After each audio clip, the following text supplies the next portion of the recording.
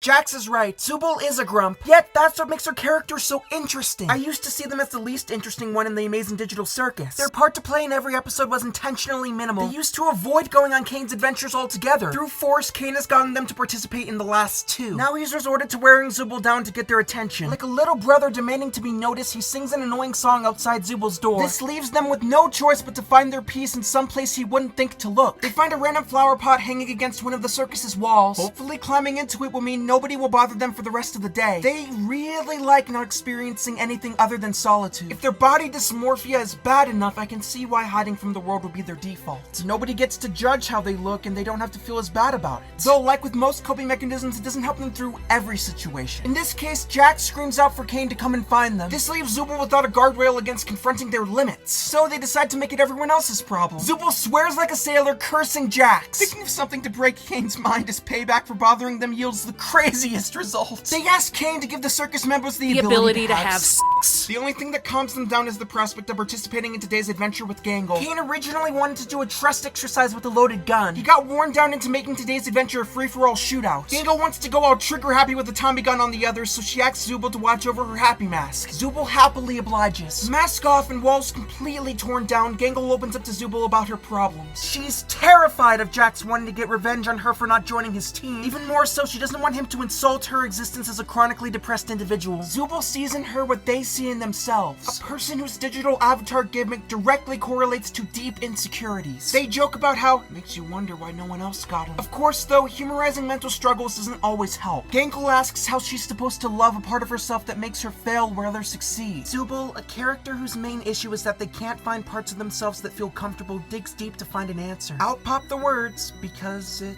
exists. This entire time, the solution to cope with their body dysmorphia lied deep within Zooble. It took realizing Gangle needed help to exit an insecure cycle for them to provide a universally sound answer. Loving yourself isn't natural, it's intentional. The right choice to make when you find yourself spiraling is to accept every part of you, good, bad, sad, or grumpy.